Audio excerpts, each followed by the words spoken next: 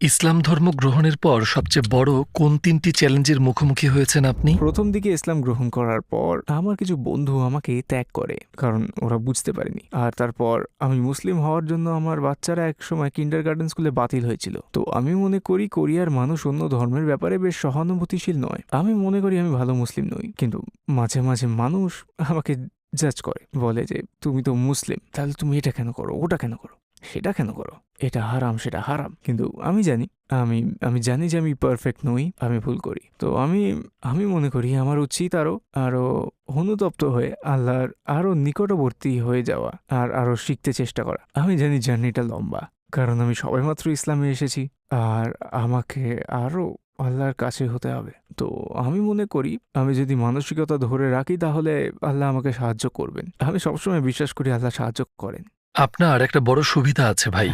কারণ ধরুন, আমার কৈশোরে পদার্পণ করেছি যখন আমার ১৫ বছর বয়স হয়েছে।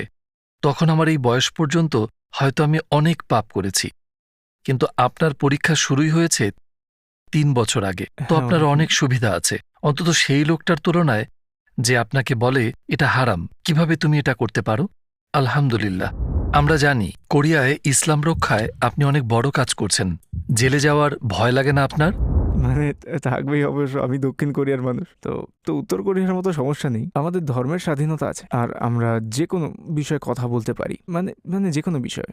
আমাকে অনেক কিছুর ব্যাপারে কথা বলতে হয় যাতে আমি ইসলামকে ডিফেন্ড করতে পারি। যেমন যেমন যেমন কয়েক মাস আগে কোরিয়ার পেশু শহরে একটা একটা মসজিদ তৈরি করা হচ্ছিল, কিন্তু স্থানীয়রা প্রতিবাদ করে, তো ওটা বন্ধ করা হয়েছিল। তো কয়েক মাস আগে আমি সেখানে গেলাম, আমি প্রতিবাদ করতে সাহায্য করি মানুষকে, এবং সবাইকে উৎসাহ দিয়েছি মসজিদ নির্মাণে সাহায্য করতে। হ্যাঁ, আমার জন্য এটা একটা সমস্যা